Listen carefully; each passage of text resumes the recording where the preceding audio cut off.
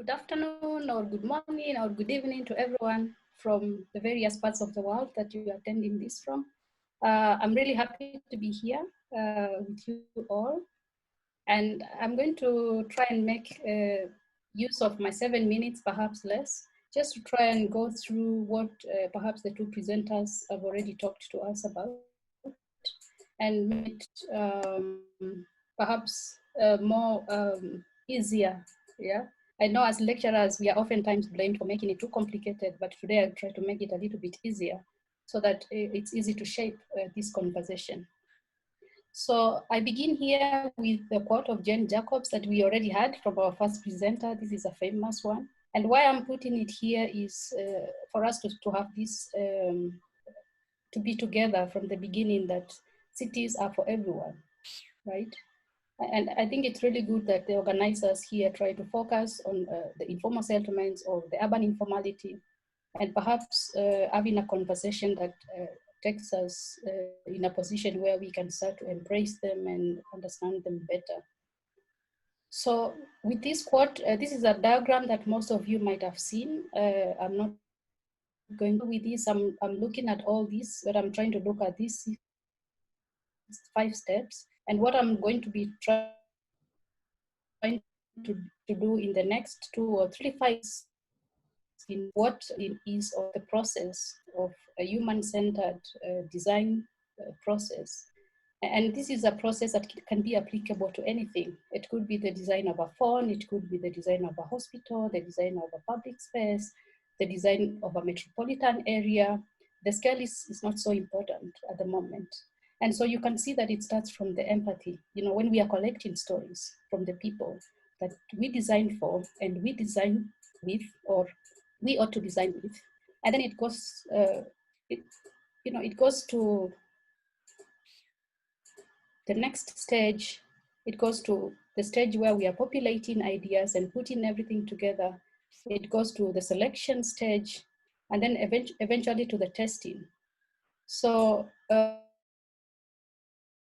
just trying to walk backwards again. The testing for me is quite dramatic at times, because we go to the field, we can collect lots of data, we design for the people, but there is a question here as to how many of us as designers or project developers are actually able to go back to community and explain to the community, look here, with the data that you gave us, this is what we've been able to do, and see whether there is a buy-in and acceptability from the same community on the ideas.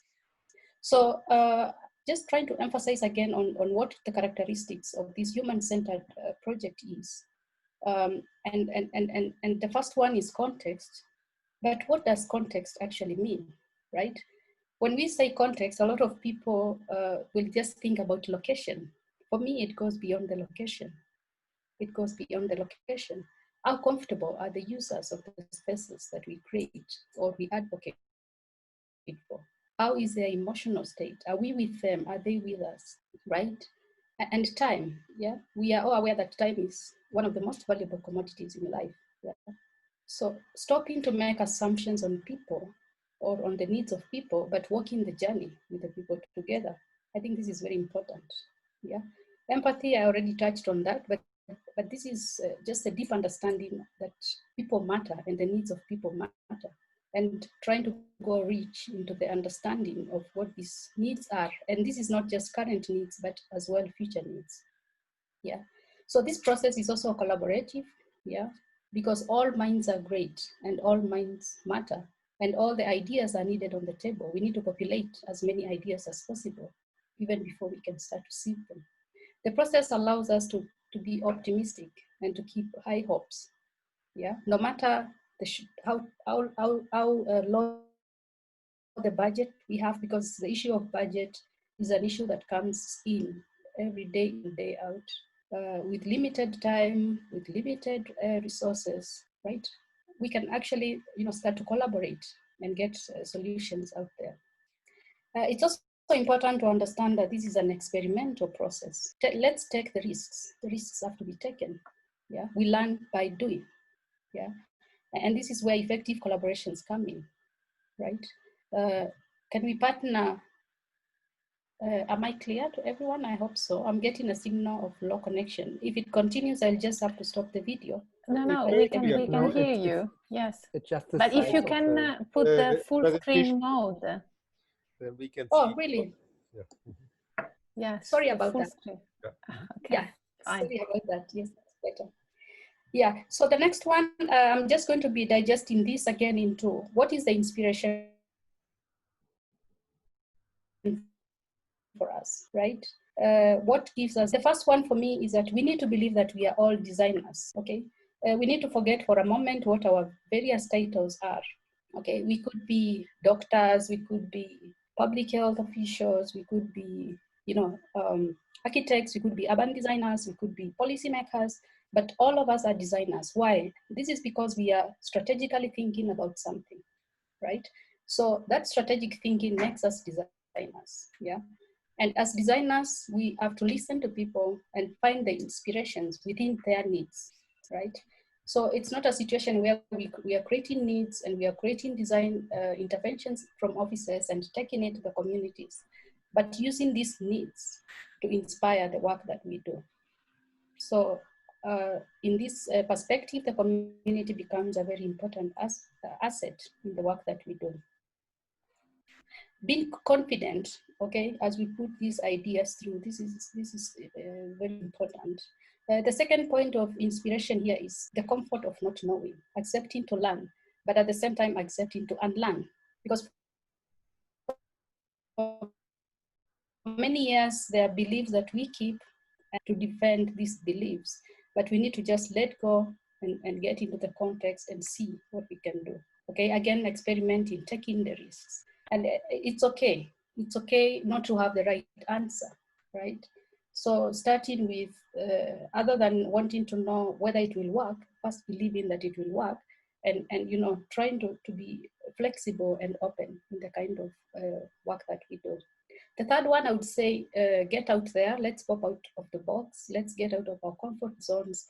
And it's important to hear the work in India, the work in Kampala, the work in Freetown, that we are beginning to touch. I mean, we've always touched this. I think we are beginning to touch in a significant way people that live in urban, informal settlements, the urban poor, embracing them into the conversation, learning from them, and just being open to this new way of learning.